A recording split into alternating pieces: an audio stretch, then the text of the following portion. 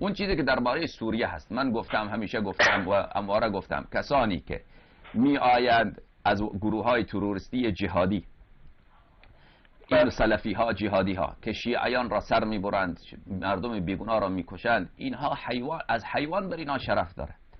دفاع کردن کسی که جانش در خطر باشه، مالش در خطر باشه، او واجبه، برای او واجبه که از جان مال خود دفاع بکنه. و در سوریه مردم علوی سوریه زیاد معلوم نیست که اونا شیعه باشن، اونا زیاد معلوم نیست که شیعه باشن، دین اونا زیاد معلوم نیست که چی چیزیه. ما دین علوی ها، دین بشار اسد را ما نمیدانیم واقعا اینها شیعه اثناعشری هستن یا نیستن. خیلی از علما که عقاید اینها را بررسی کردن میگن اینا شیعه نیستن. لذا من نمیدانم اونجا که واقعا در این جنگی که اون با سلفی ها آمده میخواد بشار اسد را ساقط بکنه، این جنگ شیعه نیست. حالا درسته شما این را تبدیل به جنگ شیعه کردید و وهابی ها این را تبدیل به جنگ شیعه و عمریه کرده.